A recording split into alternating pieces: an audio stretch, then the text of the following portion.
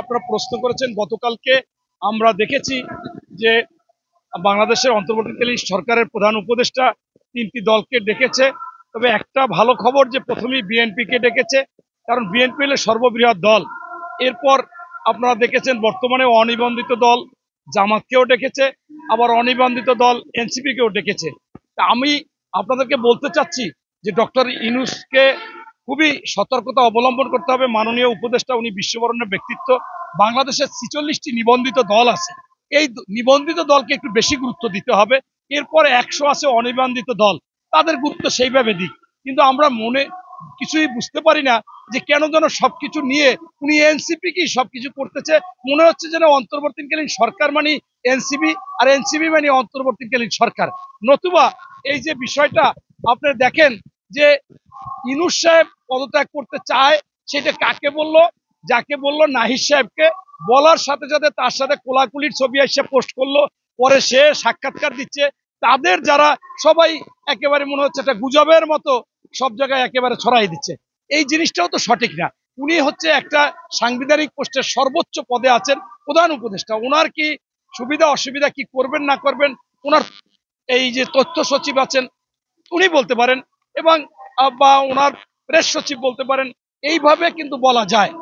আপনারা দেখেছেন বিএনপি স্পষ্টভাবে বলেছেন যে আমরা আপনার পদত্যাগ চাচ্ছি না, আমরা আপনি থাকবেন।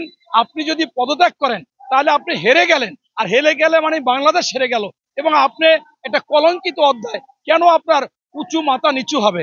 বরঞ্চ আপনার মধ্যে যে আমাদের এই আগাছা টাগাছা আমরা লক্ষ্য করেছি, সেই আগাছাগুলোকে আপনার বাদ দিতে হবে। সেইখানে বলা হয়েছে যে ছাত্র প্রতিনিধি 2 জনকে বাদ দিতে হবে, এবং আর একজন উপদেষ্টা আপনারা ইতিমধ্যে জেনেছেন যে পালিয়ে গিয়েছিল বাংলাদেশ থেকে।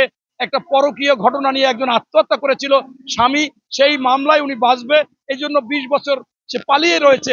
তাকে এনে তার মাধ্যমে আজকে বিভিন্ন ধরনের বাংলাদেশের যাতে সার্বভৌমত্ব রক্ষায় তিনি সৃষ্টি করতেছে, রক্ষা হচ্ছে না, বিনষ্ট করতে চাচ্ছে। সেই খলিলুর রহমানকে আমরা স্পষ্টভাবে তাদের পদত্যাগ চেয়েছি, এবং আমরা মনে করতেছি যে যতটুকু সংস্কার দরকার সেই সংস্কার করে দ্রুত নির্বাচন দিক, এবং সেটা ডিসেম্বরের মধ্যে হলে ভালো। ইতিমধ্যে আপনারা দেখেছেন জামাত যদিও একেবারে সেকেন্ডে কথা পাল্টাচ্ছে। এখন অনেকে বলে যে উনি একসময় কমিউনিস্টের রাজনীতি করতো, বামপন্থী রাজনীতি, ওই অভ্যাসগুলো রয়ে গেছে। সেইটা আমি বলবো না। আমি বলবো যে সেখানেও তারাও কিন্তু ঘুরে ফিরে বললো, কোনো এক সময় বলেছিল যে দ্রুত নির্বাচন, এরপর বলেছিল জানুয়ারির মধ্যে নির্বাচন, এইবার উনি আবার বললো ফেব্রুয়ারির মধ্যে নির্বাচন। তাহলেও ওনারাও দ্রুত নির্বাচন চাচ্ছে, এবং যে সংস্কার তা কিন্তু 2-3 মাসেই সম্ভব। তাদের কাছে সবকিছু ম্যাটেরিয়ালস আছে। তাই আমি মনে করি ডক্টর ইউনূস যদি ওই যাদেরকে দরকার নাই তাদেরকে বাদ দিয়ে একটি সুন্দরভাবে নির্বাচন দেয়।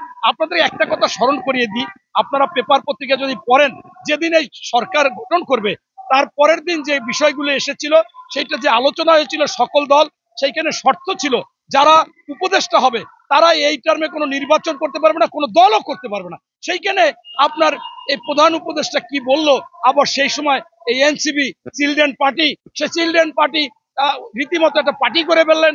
আবার 2 জন আছে, তারাও কি করবে?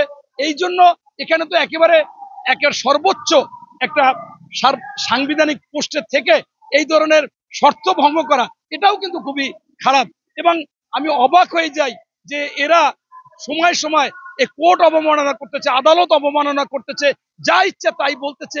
এরা আসলে কি যে মনে করতেছে এক একজনকে, আমার অবাক লাগে। আমি সবসময় মনে হচ্ছে কয়েকদিন পর্যন্ত যে আমরা তো এই জাতি মৃত্যু মোস্তাককে দেখেন না, সেই মৃত্যু মোস্তাককে না দেখলে আর একজন মোস্তাক এখন আছে, সে হচ্ছে জীবিত মোস্তাক, সে হচ্ছে আপনার সারজিদ আলম। যে সারজিদ আলম একেবারে বঙ্গবন্ধুকে মাথায় তুলে রাখলো। পৃথিবীতে আর এর চাইতে ভালো মানুষ নাই। আপনাদের সামাজিক মাধ্যমে বক্তব্য আছে, যখন ছাত্রলীগ